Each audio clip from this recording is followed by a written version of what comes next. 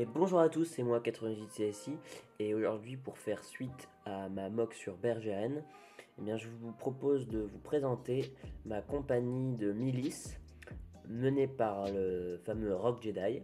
Donc ici on a en premier plan le Rogue Jedi, on regardera ensuite sa garde personnelle de samouraï rebelle et ensuite on finira avec les soldats normaux et les officiers de cette milice qui sont des customs 100% fait maison, mélangés entre peinture et nouveaux kama, poldron, cap, etc.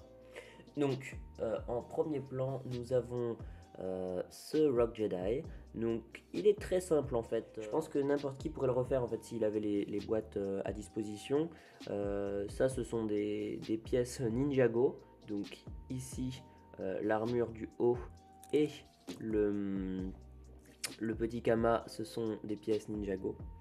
Voilà. Et en fait la pièce maîtresse, donc le corps est fait d'un polybag Mindwalker du film spin-off de Han Solo.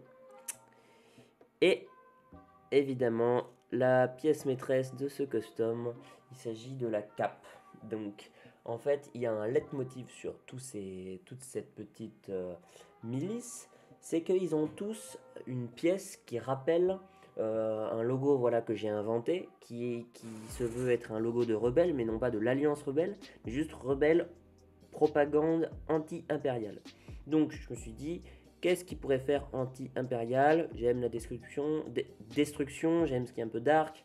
Donc on va prendre une tête de mort, on va lui flanquer trois lances à l'intérieur qui lui éclatent le crâne, et on va coller le logo impérial dessus.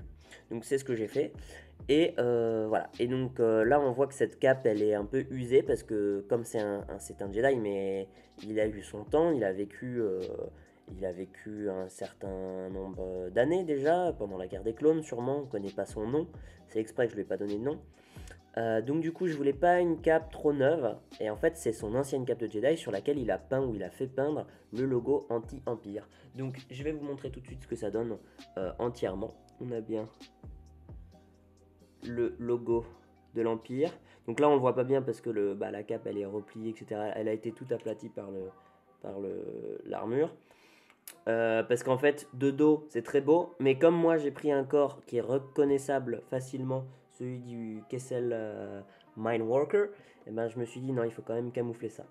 Mais l'avantage de cette petite cape, c'est que elle vous permettra de rendre n'importe quel de vos Jedi custom un Rogue Jedi qui s'est levé contre l'Empire. Voilà, donc c'était mon objectif de pouvoir vous fournir une cape qui donne tout de suite un look anti-impérial, quelle que soit votre figurine custom que vous pourrez faire vous-même.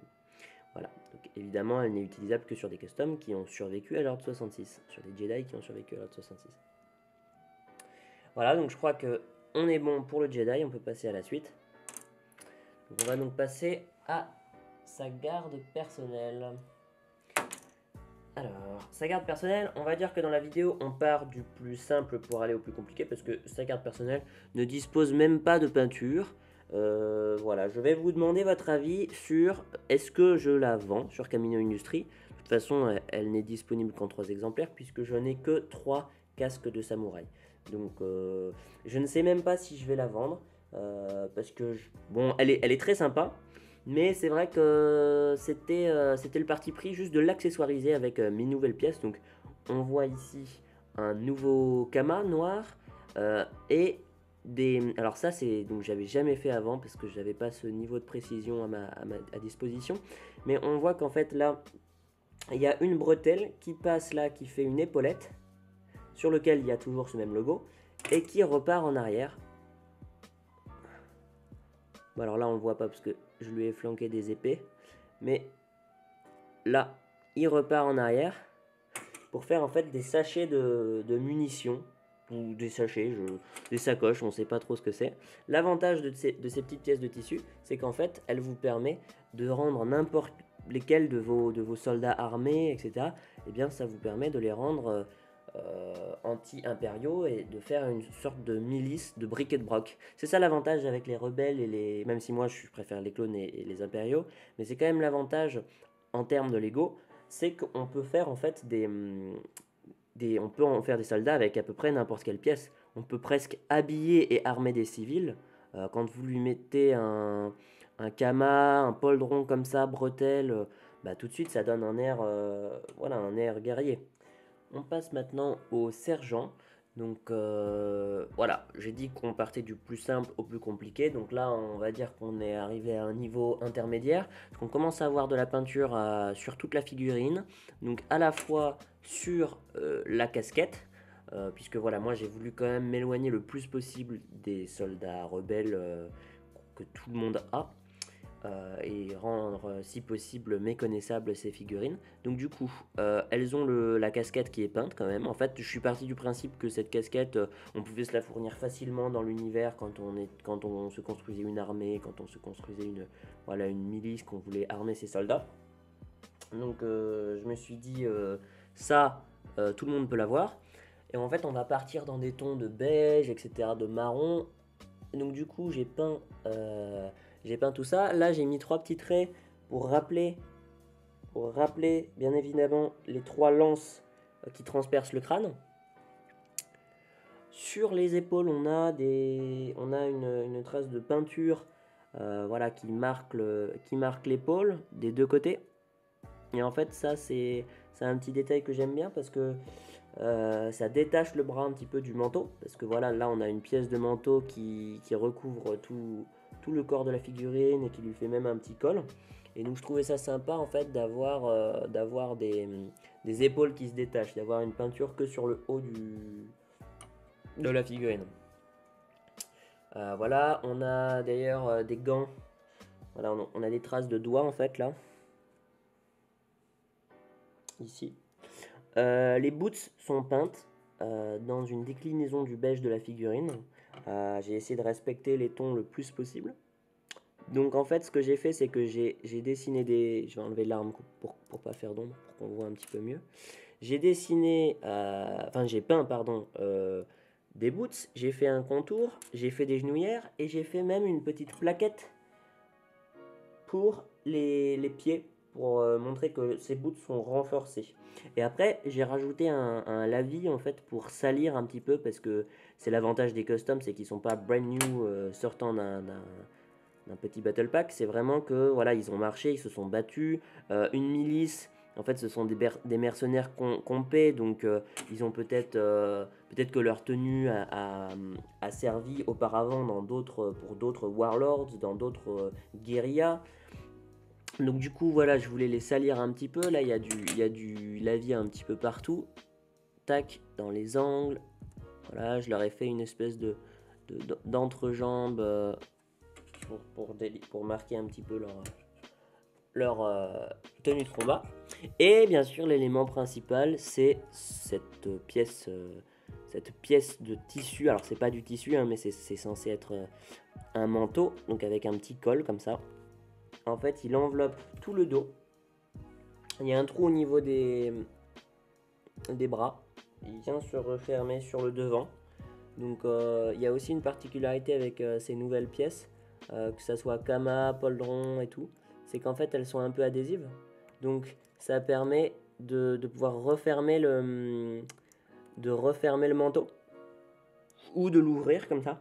Mais au moins, ça empêche le truc de partir en vrille et de rester trop ample. Voilà, ça permet vraiment de fermer, de montrer. En plus, là, je trouve que ça va bien. Parce que comme ils ont cette petite, ce foulard là au niveau du cou, c'est comme si c'était voilà, partie intégrante. Et c'est exactement dans les tons de la figurine.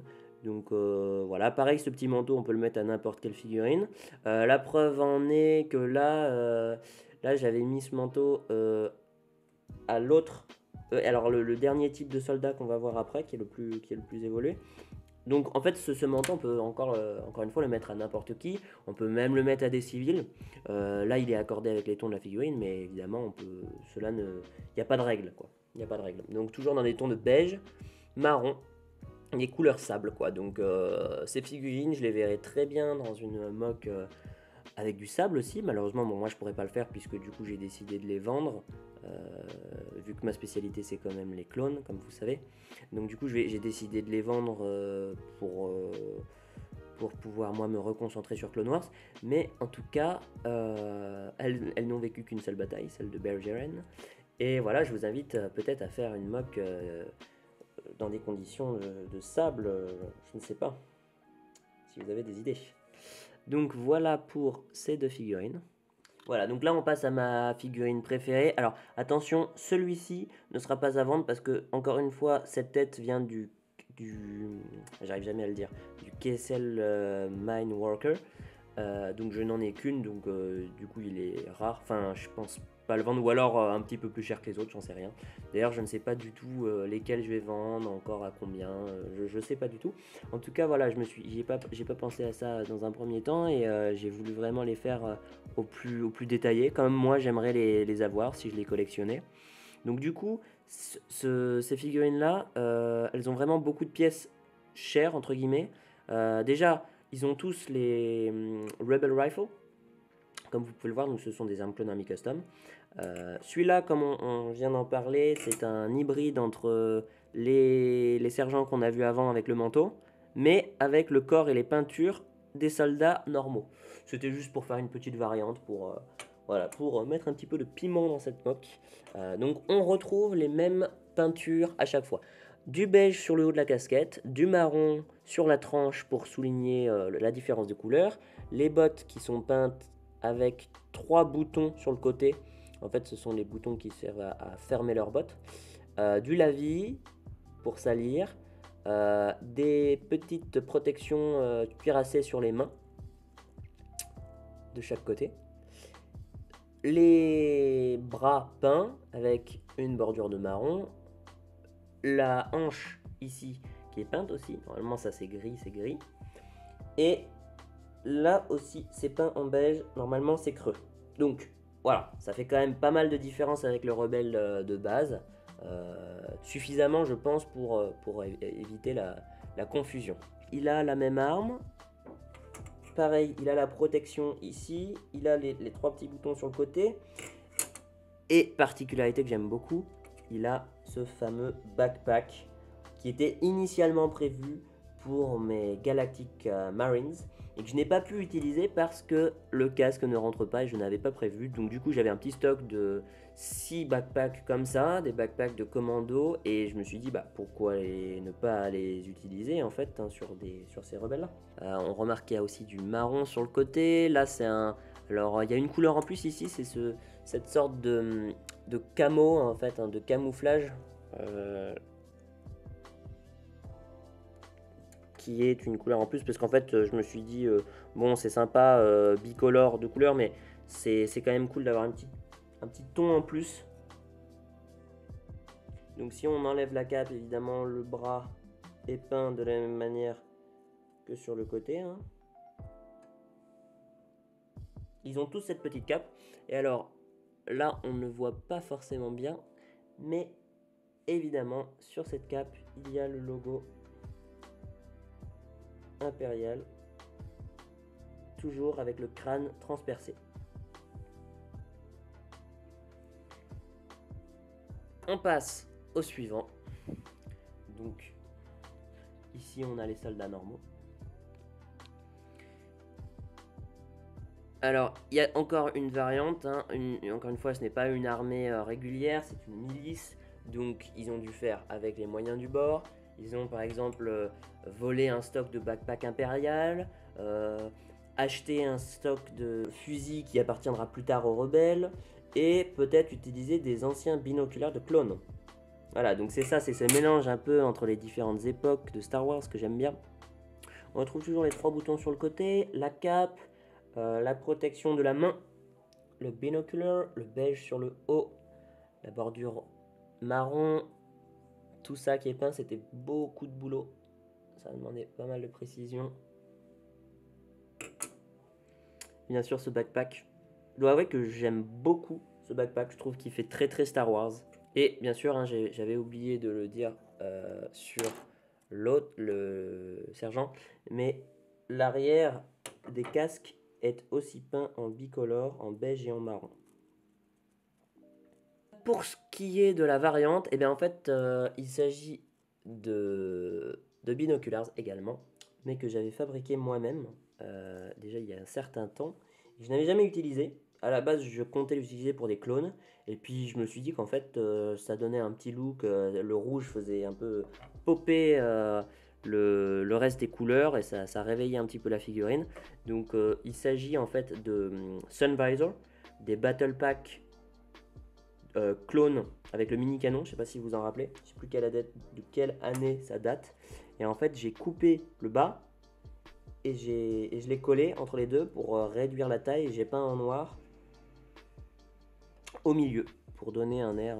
Ouais. Évidemment, ce que j'ai oublié de préciser, c'est que l'intérieur est sali avec du lavis aussi, parce que ils se sont battus dans les tempêtes. Il y a eu de la terre qui a volé, etc.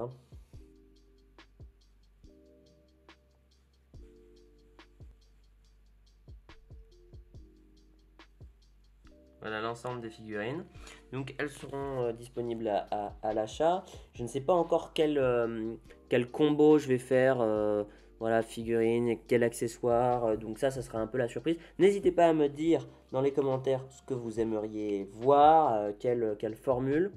Et puis je pense un petit peu agrémenter toutes ces figurines, comme c'est un peu on va dire une collection spéciale Noël, hein, même s'ils n'ont rien de très Noël, de très hiver. Mais on va pas oublier quand même tout ce qui est accessoires. Donc là, on a du mal à le voir en fait en vidéo. Mais là, il y a sur ce drapeau, donc il y a le crâne avec le logo de l'Empire encore transpercé. Donc voilà, est-ce que ça vous intéresse de pouvoir acheter ça si vous voulez reproduire des mocks anti-impériales de Dark Times. Donc il y a ça.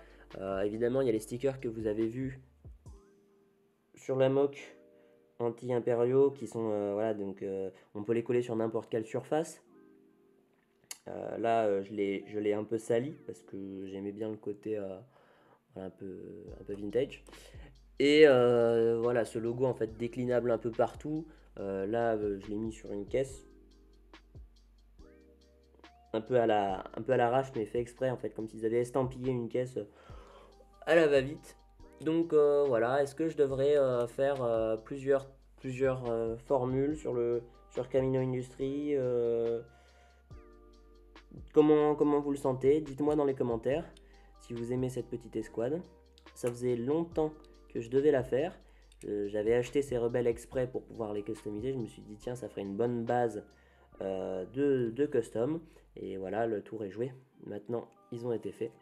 Et ces figurines en fait seront en vente donc sur Camino Industries, mais ce qu'on appelle le marché noir. Donc en fait, ça va être une nouvelle rubrique où je ne vendrai pas des clones, mais tout ce qui est rebelles, milices, stormtrooper et accessoires, donc Kama, Poldron, voilà.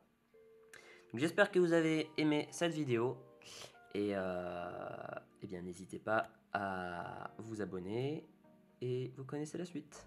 Peace.